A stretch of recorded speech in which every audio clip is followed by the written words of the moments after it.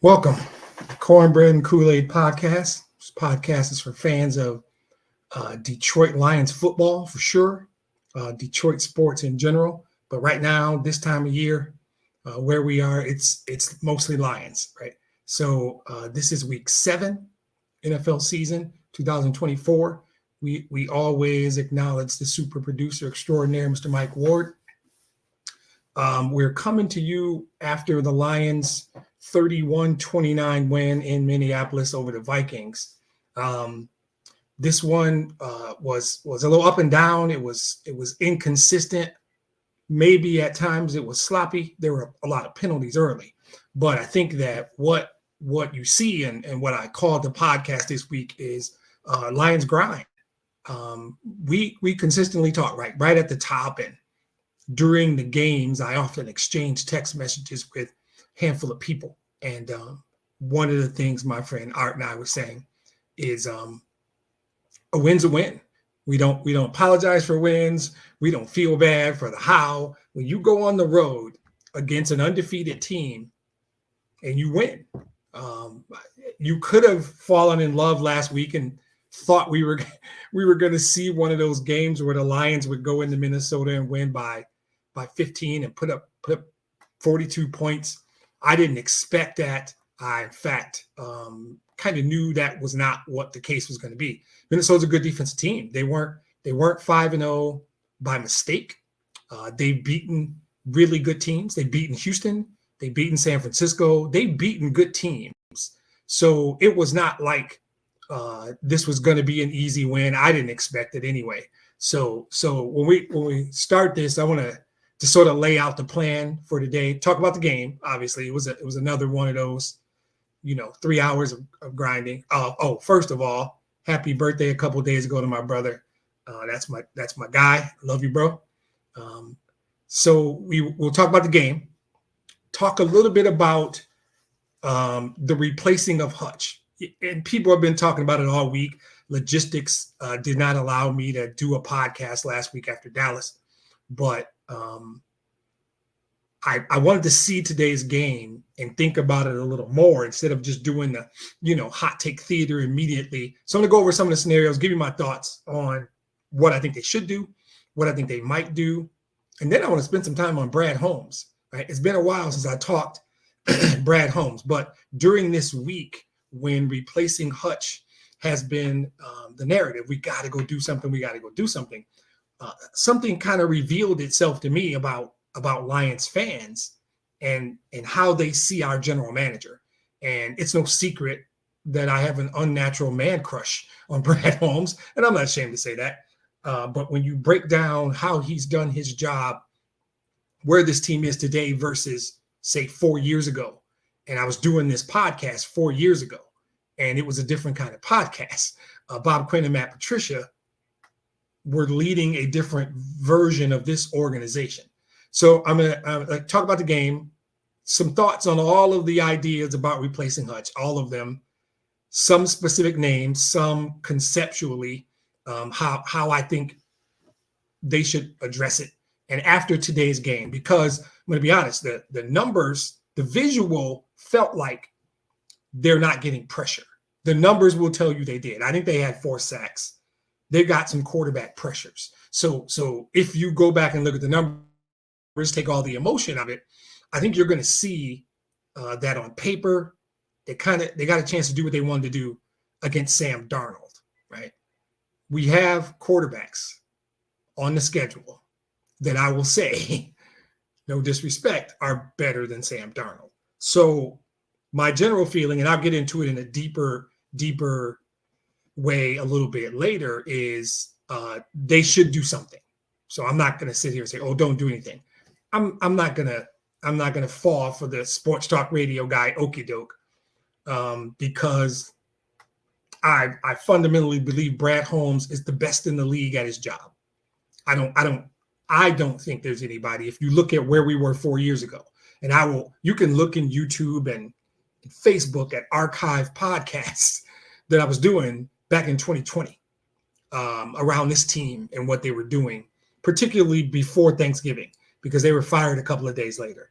it was a different podcast. It was a different team. It was a different world for us. So I just think Brad Holmes has been consistent, and we'll talk about it. Let's jump right into the game quickly. First of all, if you like it, if you want to subscribe, if you want to follow, all those things are appreciated. Please do. If you're a fan of the Lions or a friend of mine, or just supporting in general, I'll take all the support. I like it.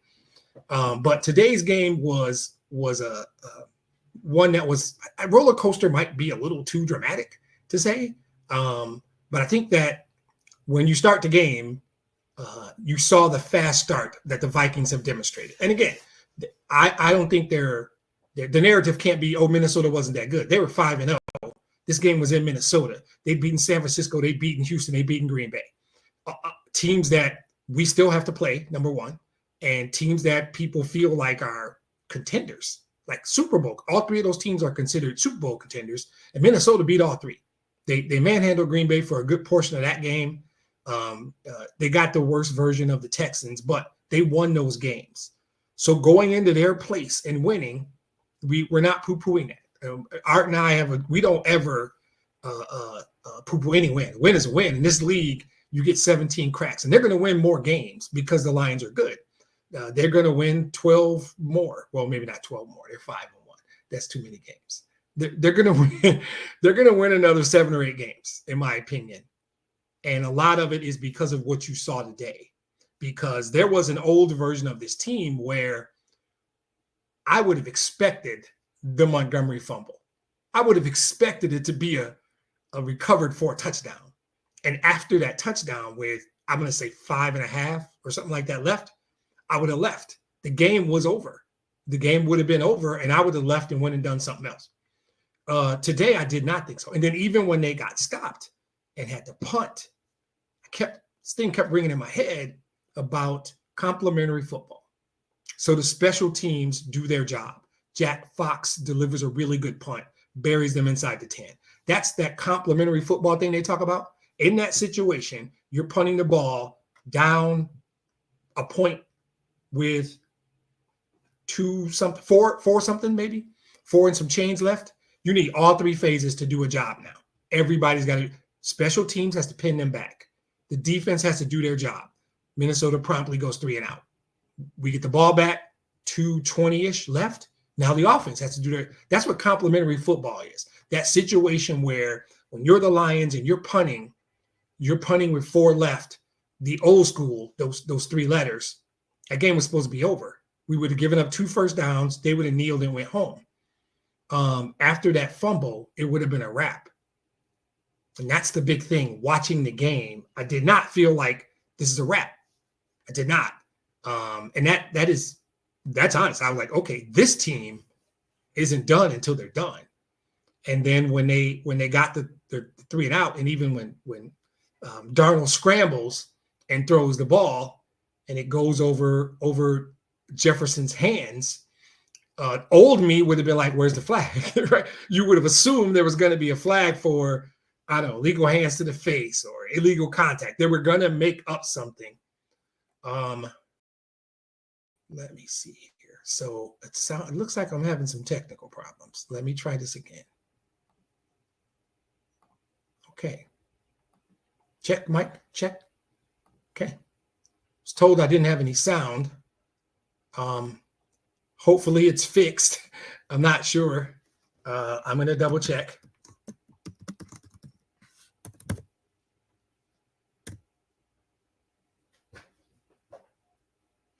So I'm going to keep going, hoping you guys can hear me.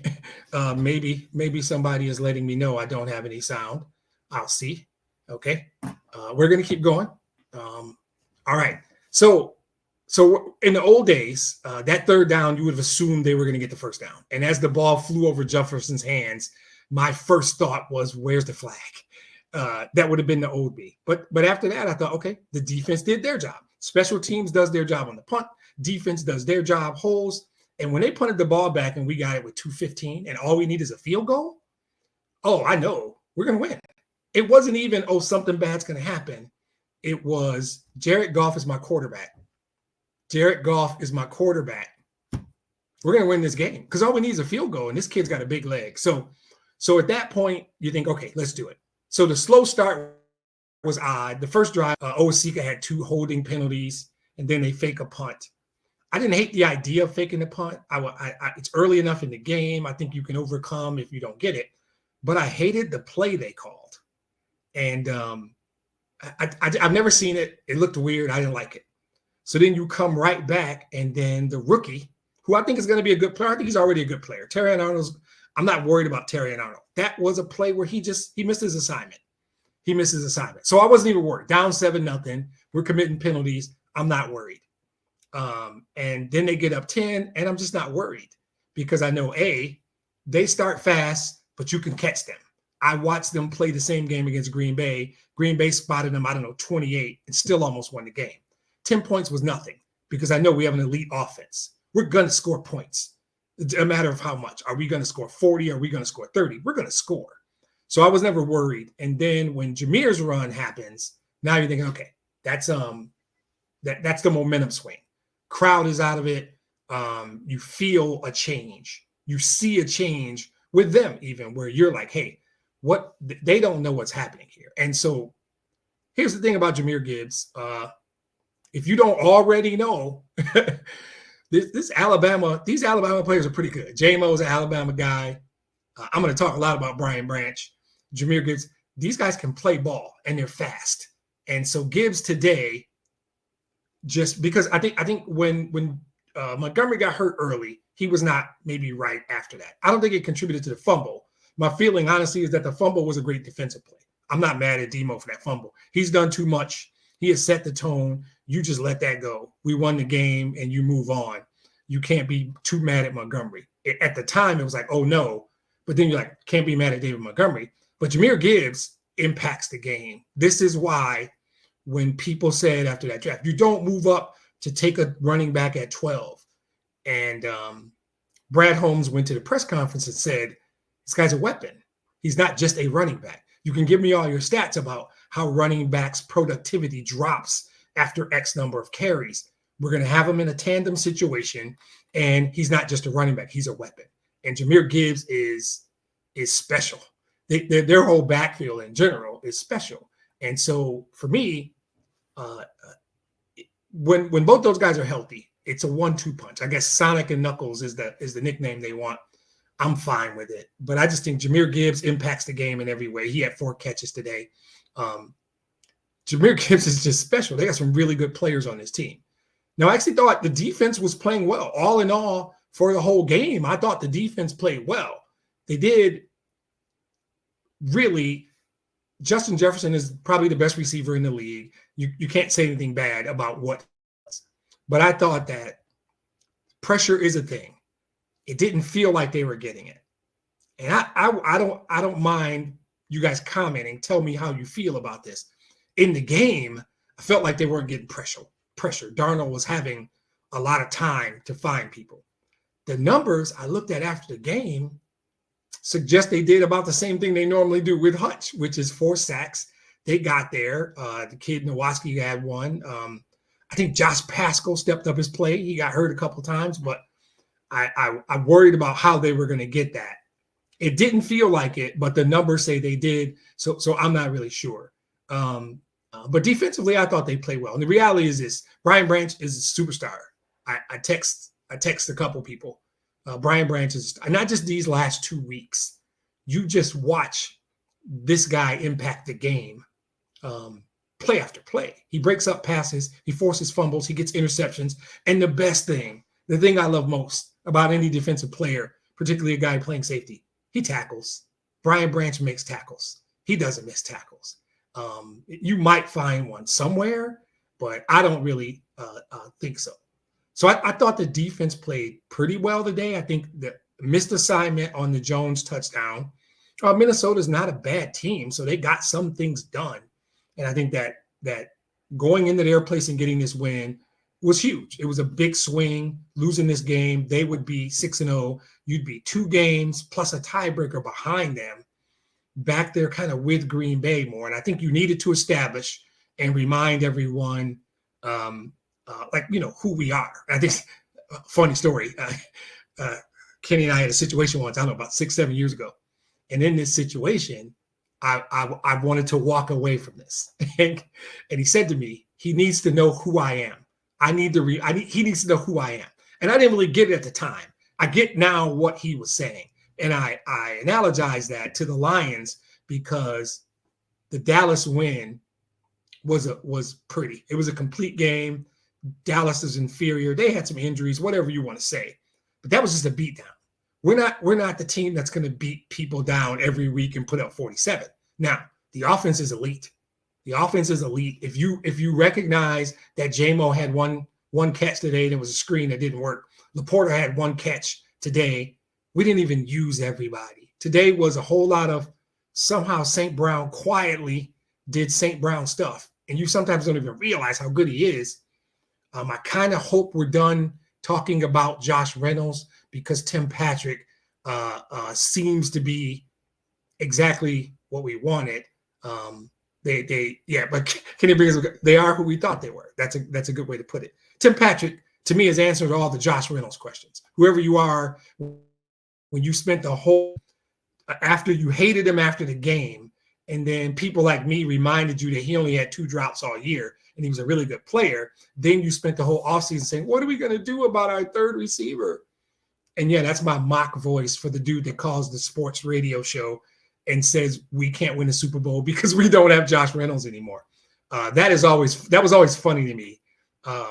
But they went out and they found Tim Patrick. Why? Because Brad Holmes is really good at his job, and that's what he does. So Tim Patrick seems to be a really good fit, big body. He makes that over the middle catch on 3rd down to get you a 1st down, which is what you had in Josh Reynolds. So I don't think you miss a beat there. I think we were without Zeitler today, and it hurt a little early because I think Owasika just kind of they came at him, but he settled down because I think he's a solid player. So I like the overall effort. And again, I'm not going to do a whole dissertation on my quarterback, but what does he have to do for it to be okay for me to get on this podcast and use the word great, right? Can I say, Kenny, Art, give me a thumbs up, anybody listening, can I get a thumbs up or thumbs up? Can I say he's great yet? Because I'm ready to say he's great. And I need somebody to explain to me why this guy is putting on this type of display. And 3 weeks is a solid set of data points. If you want to ignore the last 3 games and tell me you care more about the 3 games before that, okay, I guess we can debate that. What I will say to you is I will go back and I will pull his last 40 games, right? I'll pull 2.5 seasons of data on Jared Goff and I'll bring it to this podcast and tell you what he is. But for some reason, the 2 things I'm not supposed to do, what I get in the comments, what I get in emails is stop commenting positively about Sheila and stop talking positively about Jared Goff. So all I did was go to the draft and acquire a jersey and hang it up behind me to make my point. But I don't know what we have to do. I will put on Terrell Owens sunglasses. I'll cry and I'll say that's my quarterback if you need me to. But the data, and you guys know what I do for a living, I work in quality, the data screams we might have a great quarterback, right? I'm still not comfortable. I'm gonna get emails, I'm gonna get comments. It's all good. It's fine. It's my podcast. I can say what I want. Today, it's almost like disappointing that he had 3 incompletions. That's the funny thing. I saw the stats. Wait, he had 3 incompletions. I know one of them, I think his hand got hit. No, it got batted down. Laporta was wide open, by the way. One was a bad throw. He had Khalif late in the game, and it was too wide. Khalif caught it out of it. We're doing now. I have to break down Jared Goff's 3 incompletions. That's where we are with this, right? It is. He's so good. Pre-snap, post-snap. Apparently, he's not able to throw a deep ball, but I watched him drop one in the J-Mo last week. I watched him throw a 40-yarder to St. Brown today. So I still don't understand. Like, honestly, I don't know why he's a game manager. Oh, it's all Ben Johnson. I forgot. It's not him.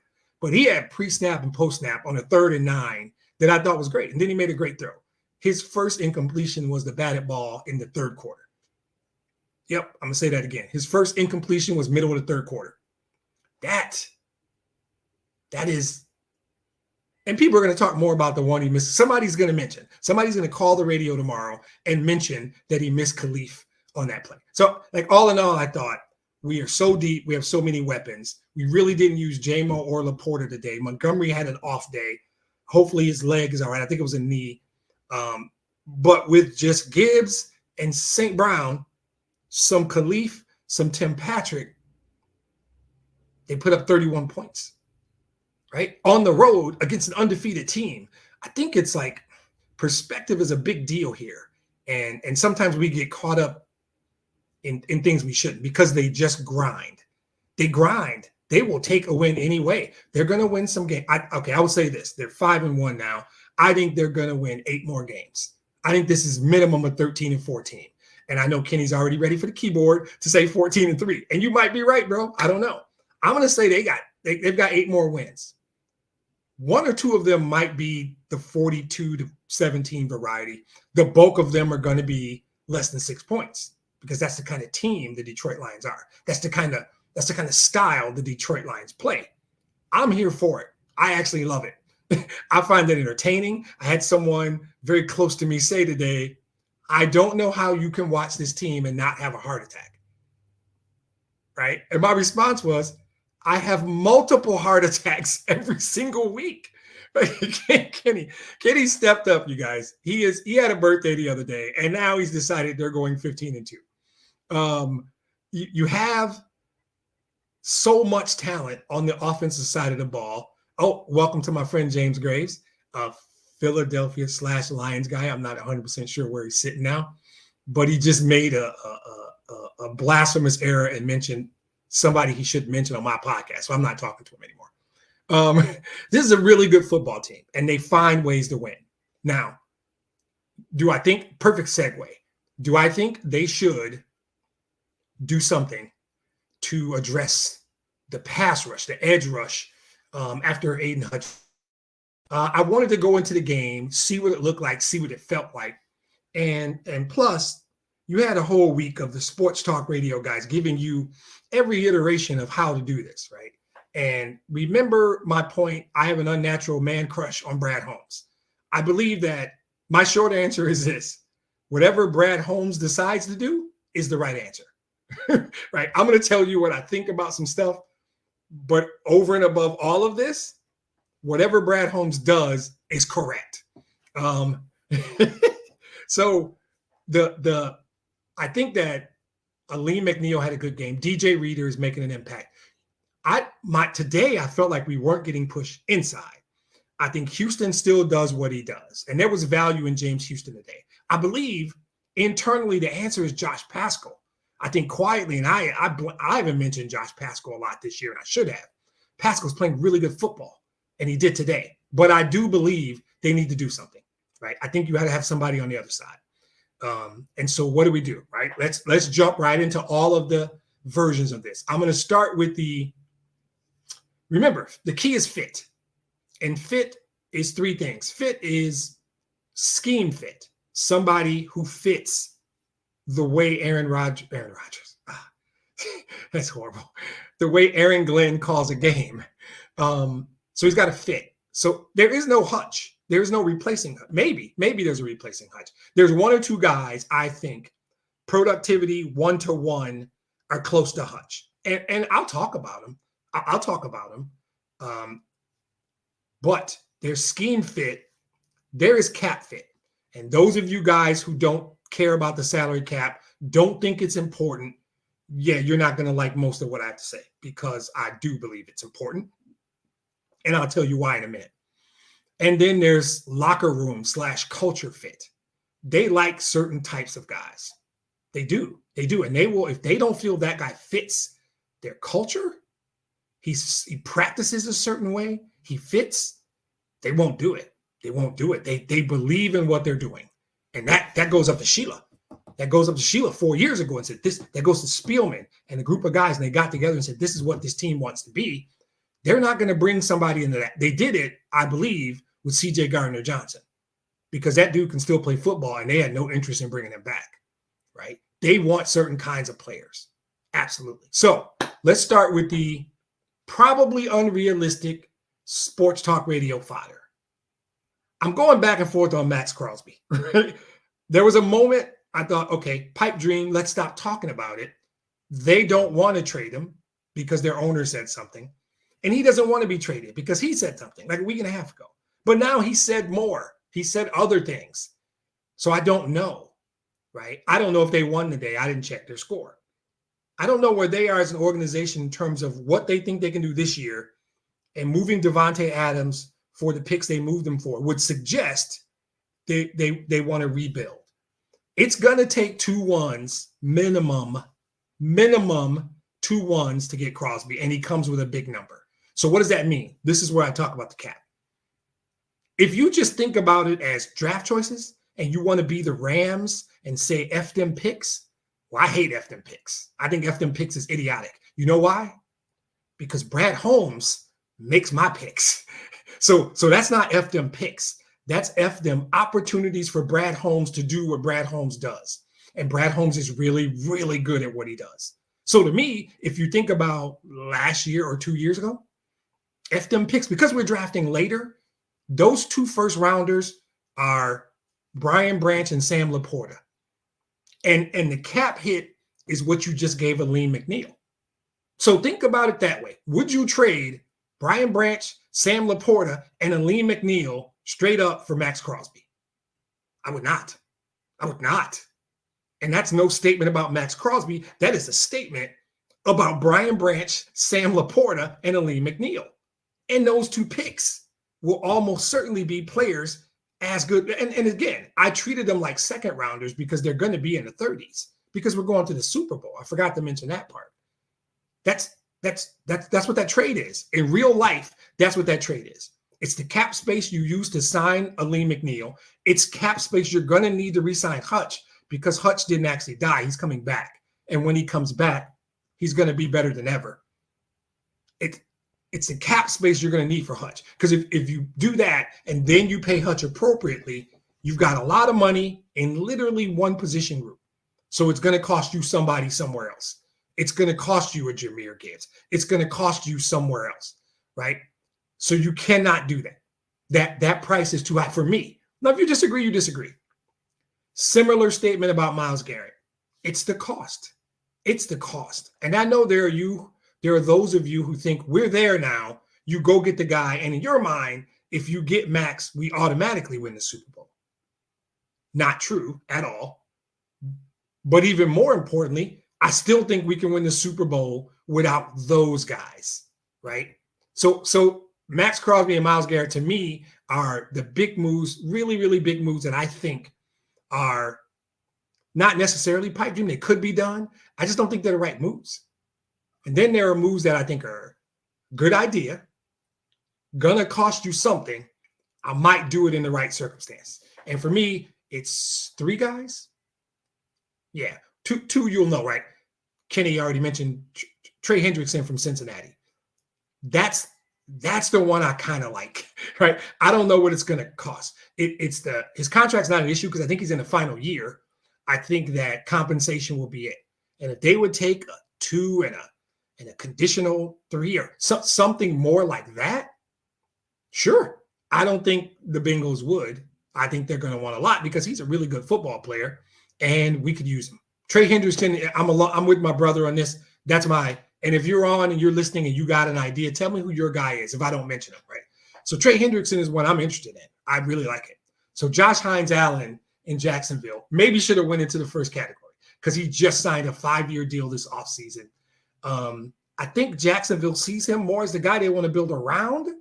His number is huge, but the difficulty here is that the dead cap hit to Jacksonville would be enormous to the point that I don't know that they could do it.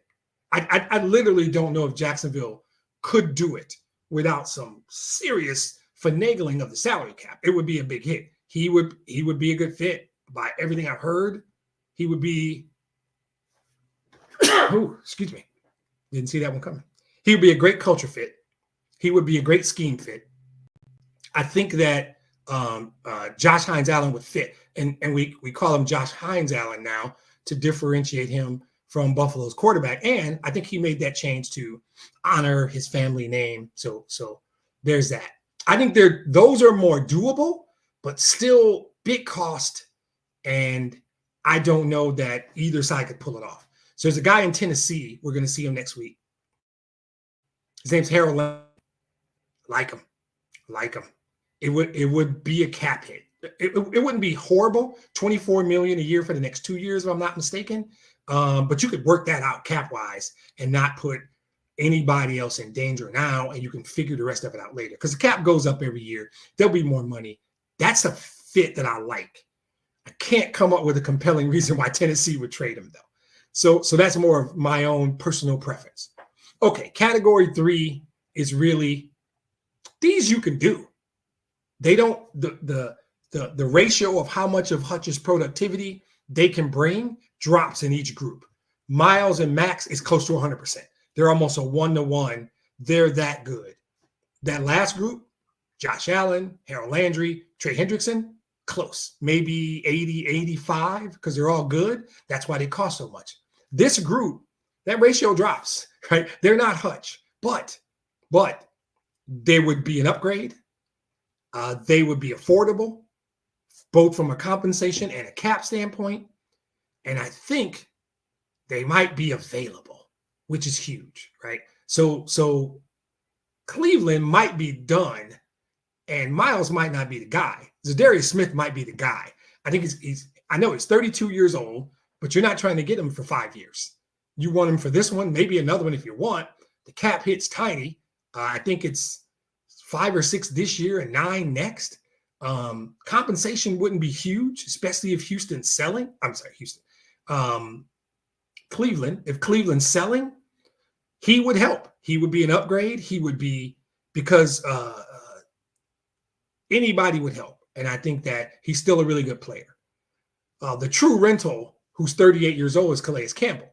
I think he would help. Cost us probably nothing to give Miami. They would probably take anything. I think he's a fit. Like I said, he is 38. He's still productive. Those moves could happen. And there's a world where you could do both of those moves, quite frankly. Now, I'm not suggesting anyone. If you make me pick one, I would love Trey Hendrickson. I understand the cost. I think you can figure that out. If Trey Hendrickson should really be in my first category with Max Crosby and Myles Garrett, like Harold Landry, I don't know why Tennessee would do that. But if not, I would not be surprised if the Zadarius Smith move were to happen. I think Hassan Reddick was one I was going to talk about, but I guess he signed this morning. I don't know if he signed to get traded or signed to get back on the field and play and make some money next year as a free agent. Because if he were to sit out the whole year, A, I don't think the collective bargaining agreement would allow him to be a free agent. And B, I think that if you don't put some tape on the field this year, teams will begin to question how much you love the game. And it could impact the bag of money you get this offseason. So I think Hassan Reddick had a lot of reasons to get back on the field. Now, he got a new agent, and maybe they negotiated something with the Jets and said, hey, I'll play these 2 weeks, but you trade me before the deadline. Deadline is 2 weeks. 2 weeks away, November 5th, I think. Same day as Election Day, if I'm not mistaken. So I think that Hassan Reddick may not totally be out of play. Zadarius Smith, Calais Campbell, those are very doable. Those things could happen. The others take a little work.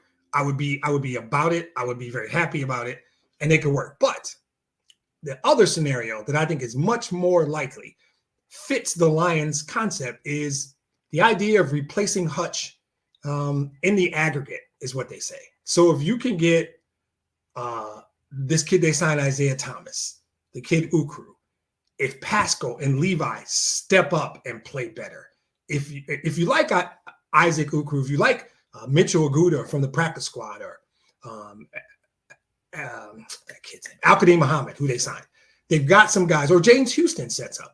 Maybe the concept is all of those guys in some kind of scheme-related rotation fill in.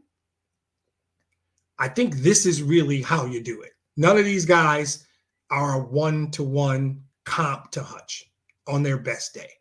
But I think the idea is maybe you do something this week, but I don't know. Maybe you come home and play Tennessee and you still assess. You look at the tape and see how Houston played today. Did he do some good things? I felt like he did, but we'll see. I agree with you, James. I don't know if James just mentioned that Hassan Reddick doesn't fit Dan Campbell's mold. That's my concern as well. I forgot to mention that. I'm not sure. They have this idea, and it's not crazy, and I know it's what they think. Do you love football?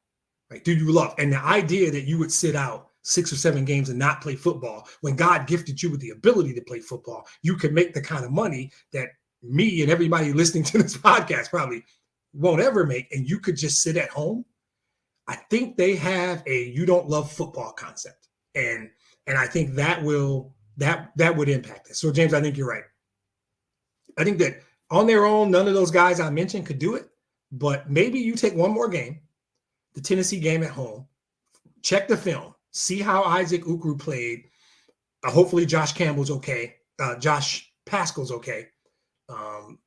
See what Isaiah Thomas looks like in practice, bring up Mitchell Aguda. Look at all these guys and say, can we do this in the aggregate? Can these guys in a rotation, in different spots, different guys in different schemes, get us close, right? I think we have to find it. It's there somewhere. Maybe it's in-house in a group setting. Maybe, like Kenny's point, it's Calais Campbell. Little cost, compensation-wise, no long-term financial commitment, but can bring productivity because Calais Campbell's still a really good football player. I think there's ways to do it, right? I would be shocked if they did anything this week, short of Pascal's injury being worse than I thought, but he came back in, and then I think he left again. But he looked like he'd be okay. Short of that, I don't know if they'll do anything because they don't have to. And you're more likely to get some done right before the trade deadline. Another week for Cleveland to lose and become more desperate. Not to take a shot at Cleveland. Maybe, I don't know what happens with Cincinnati. I don't believe Cincinnati's at that point yet. I think their schedule will allow them to get back in it. And some of that is because I got good friends who are Bengals fans. And I actually think Cincinnati's good. Joe Burrow's my fantasy quarterback. So I don't think Cincinnati's out of it enough that Hendrickson is a definite on the market. But a week can change everything. The trade deadline will drive behaviors. So I think that, if we win next week and then beat Green Bay, I think the deadline is literally 2 days after the Packer game. Maybe we do nothing. Maybe we get pressure next week. Maybe we see some things in practice. Maybe the guy, Isaiah Thomas, they took off the practice squad of, I want to say it was Cincinnati, right? You still might make a move at the deadline, but maybe you figure out more and more things and you go, we're good. So I don't know what they're going to do. I think that if you pressed me and said you have to do something, I would make the call to Cincinnati about Trey. I would make the call to Tennessee about Harold Landry. And if neither of those work, Calais Campbell is getting a phone call for sure, or Miami is getting a call, and I'm almost certainly going to check in with Cleveland about Zadarius Smith. So I think those are the more realistic. If they do something bigger than that, I will probably support it because I support anything Brad Holmes does. If they don't, I still think they're a really good football team, and I don't care how it sounds. I challenge you to tell me somebody in the NFC that's better, that is better, because I haven't seen them play. I think 5 hours ago, there were people who would have said it was Minnesota, and we just went in there and got that win. So I don't know. And if you feel like right now you're the best team in the NFC, now that was Sam Darnold, who's playing well. You got 2 games against Jordan Love on your schedule. You're going to get Brock Purdy later. You're going to get the kid in Houston who didn't play well today. You're going to get Stroud at some point. You're going to get Caleb Williams twice. There's still work to do. And they don't view it like I'm doing now. They view it every week. That's it. They're thinking about Tennessee and whoever's playing quarterback for Tennessee right now. It's not Will Levis. Mason Rudolph, maybe? Whoever is playing quarterback for Tennessee these days. I feel like, and that's all they care about because that's all they can do something about, right? So let's try and stay healthy. I think we're going to see a move, though. And I'll leave it. We're going to see something. I don't think they're going to, 2 weeks from now, we will not do anything. And so I'm already going long, but that's okay. I want to talk about Brad Holmes. because I heard a lot of crap this week on the radio that, I'm going to be honest, kind of pissed me off. There is this narrative that he's only good at drafting, and his trades and his free agent signings suck, and he's only good at drafting. He's not good at this part of his job, and they want him to adopt the F them picks mentality that the Rams did after they won the Super Bowl after the fact, which is really easy to do after the fact. I think it was their GM Les Snead at the parade talking specifically about the picks they gave the Lions to get Stafford. And now they've won the Super Bowl and they're up there celebrating. And he goes up and says, F them picks, right? And a lot of people, oh, that's ballsy and that's bold and whatever. And you got these F them picks guys out there. And I think that there's a degree of impatience, which I get with Lions fans. We have wanted this thing that we were half away from having last year. We've wanted this our whole lives. I get it. I swear I get the mentality. But what I've seen in 4 years, because I do this podcast, because I talk to my friend, and I talk to my brother, I talk to people who are smart and understand football, is that Brad Holmes has operated consistently in the same way. So it's not so much about the rightness or wrongness, the goodness or badness. I'm looking at that guy, Brad Holmes, and how he's done business. And I was on a different podcast 2 years ago when I really started to buy in, and not to plug the podcast, eat the cornbread and drink the Kool-Aid that is Brad Holmes. And I told those guys, Mrs. Holmes needs to clear off a space on the mantle because Brad's going to be executive of the year pretty soon. And I hate being right, but he won executive of the year last year, right? So I just don't question what he does anymore. But the F them picks mentality, they just think about the Rams. And there are guys out there who says, oh, the salary cap doesn't exist. They can finagle it. They can do this. They can make cap space out of thin air. Ask the Buffalo Bills if you can make cap space out of thin air because they got hit this offseason. Ask the Chargers if the cap can be made out of it because you can't. Long-term sustainability, which they've been consistent about. 2 days after Thanksgiving in 2020, Sheila had a Zoom call, and I watched it. She consistently said what they're doing. They're not trying to win one Super Bowl. So maybe the question is, would you like to win one Super Bowl this year, or would you like to be competitive for the next 7 years with the potential to win 2 or 3? And it just depends on who you are. I don't know if there's a right or wrong. I think there's a short-sighted version of that. I think there is a impatient version of that. But ask Denver if F them picks doesn't matter. Because Russ is playing football in Pittsburgh, and those picks are in Seattle, right? Ask Denver if they wouldn't like those picks. Ask Cleveland about the picks they gave up for Deshaun Watson. Ask them about that. And even though the Texans lost today, that's a good football team. Ask Cleveland if F them picks is a good idea. Because them picks aren't them picks. Them picks are good football players. Them picks are Jahmyr Gibbs, are J-Mo. They're Sam Laporta, right? They're Brian Branch. That's what those picks are. And I talked about it earlier. I don't believe in F them picks. F them picks for Max Crosby. And sure enough, before the game was over, somebody had a picture of Max Crosby on Twitter in a Lions jersey with 2 1s under his name and F them picks. Okay. I told you what a Max Crosby trade would look like. It is the equivalent of Brian Branch, Sam Laporta, and the cap space to re-sign Aleem McNeil. And if you would give up Aleem McNeil, Sam Laporta, and Brian Branch for Max Crosby, we're just different. We're just different. Because you think that automatically gets you a Lombardi. I don't. I think Hutch will be back, potentially for the Super Bowl. I think you can do other moves that don't destroy your sustainable quality of play. Because guess what? We're going to have to re-sign Hutch at some point. We're going to have to re-sign J-Mo at some point. We're going to then be talking about the Gibbs, Branch, Laporta class. Those are coming up. And he's been consistent. What they do is they draft guys, they develop them in their system, in their culture, and then they pay them. They gave Montgomery an extension because he came over and did everything he was asked. So they extended him 2 years, gave him a bag of money. They extended Aleem McNeil, gave him a bag of money. So my brother and I disagree. Kenny wants to win Super Bowl, says it'll change it. I don't think he's wrong because I don't think this is a right or wrong thing. I just think it's just what you want. I love this version of the Lions. And when they fell a half short of the Super Bowl, I was devastated. But you know what I knew? I knew they were going to be good this year too. I know they're going to be good next year too because they're doing this the right way, or a way that I agree with. No right or wrong, right? So you can trust what the guys on the radio tell you. You can, because they're gonna tell you. They already said it. One of the guys got on there and said, if this team doesn't make a move, they're not serious. And that's just the okie doke that the radio dude wants to get you to call the radio. That's just bullshit. That is not true. He can make any number of moves, including bringing guys up from the practice squad, including activating James. There's a number of moves they could do without trading or going out.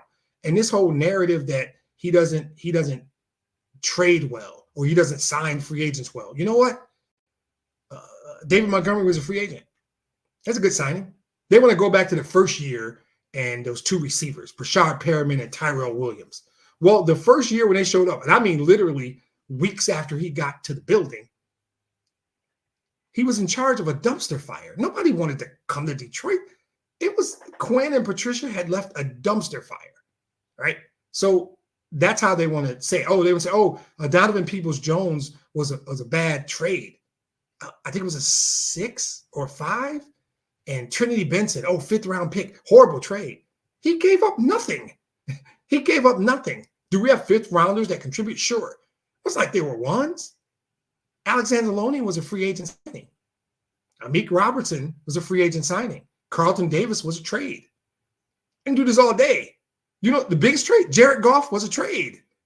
So I don't want to hear that ridiculous narrative that Brad Holmes is only good at drafting, because it's just starting to piss me off a little bit. So does everything work with every GM? No. We got the best GM in football, period. I could elaborate, but I don't need to. Zeitler was a free agent. The best offensive line in football is still the best offensive line in football, in my opinion.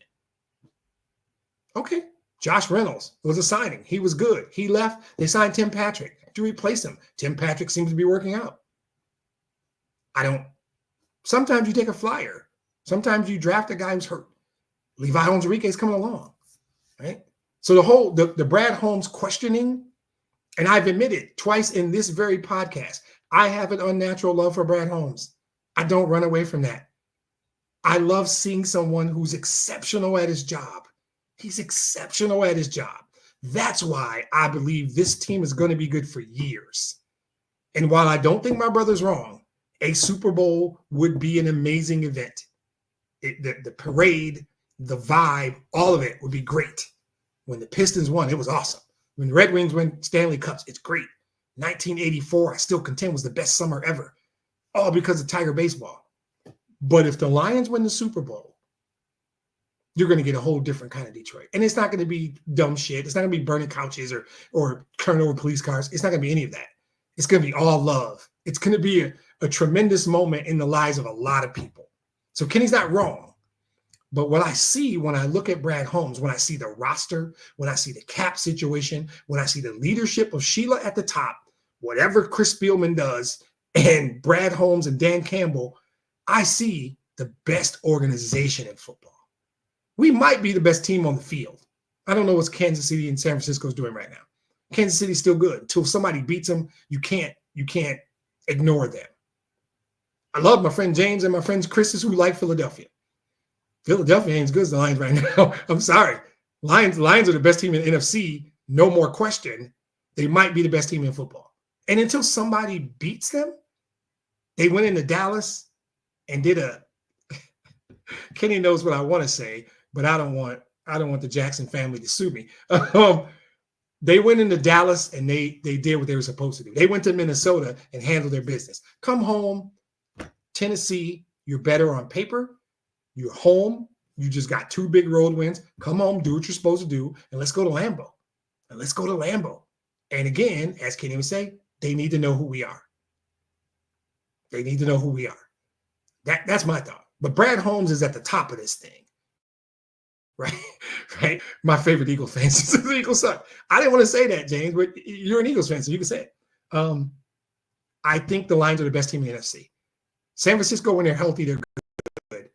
But if the NFC Championship game is them coming to Detroit versus us going to San Francisco, I like our chances. Right? I like our chances. That's what it's about now. I'm already thinking about seeding. I'm trying not to look. I'm thinking about seeding. Kenny might be right. They might be a 15-2 team because I don't see anybody on the schedule they can't beat. Do I think the game in Houston's going to be tough? Yeah. I think the game in Green Bay is going to be tough. I think the Buffalo home game is going to be tough. This 13-14 win football team, to me, short of something catastrophic happening, meaning this guy, this 13-14 win team, and Kenny might be right, they might have 15 wins in them. At the end of the day, they're the best team in the NFC. I mean, if you do power rankings and you're into that, if there's in the Lions, I want to know who it is because it's not Green Bay. Unless San Francisco is putting the wood to Kansas City, I don't know who it is. And I'm going to be honest, on the AFC side, I'm not going to say anything bad about Baltimore. I'm not going to say anything bad about Kansas City. But if we play a game that matters, if we play either one of them, it's in the Super Bowl. And I don't really care at that point. Get us to the bowl game and give us our shot. Give us our shot in a dome with Jared Goff as my quarterback. I like my chances. So get off the Brad Holmes thing. I'm not here for that dumb narrative. Brad Holmes is exceptional at every part of his job. And because he doesn't hit on every guy, look at his numbers, do a chart, figure it out however you want, whether it's trades, free agency, or certainly the draft. Tell me somebody who's doing it better. And I like Howie Roseman. James knows this. I think Howie Roseman is great. I like what they do in San Francisco. Tell me somebody in the last 4 years where we came from to where we are now. And it's everybody. So to me, Brad Holmes is the best GM in the league. His trophy suggests it. Sounds like Kansas City is up on San Francisco. So they're going to be yet another game back of us. I'm not even worried about San Francisco at this point because my feeling is we outplayed them for half. And if that game would have been in Detroit last January, we'd have went to the Super Bowl. And if we get them in Detroit this year, we'll be, if they're even there, they still have to deal with Seattle and others. I think next focus right now is Tennessee. We know Green Bay's next. Focus right, come home, take care of business against Tennessee, then go to Lambeau and remind everybody who you are. That's where we are now because you got the best GM in the league. I think we're the best organization in the league. That's my final statement. My optimism is as high as it is because I think the Lions are the best organization in all of football. From Sheila to Brad Holmes, whatever Chris Spielman does, like I said, to Dan Campbell, to Jared Goff, to Frank Ragnow and Jahmyr Gibbs and Brian Branch. I can go on. St. Brown, I didn't even mention. They've got a talented roster. They got a really good coach. They got an awesome culture. They got leadership at the top of that organization.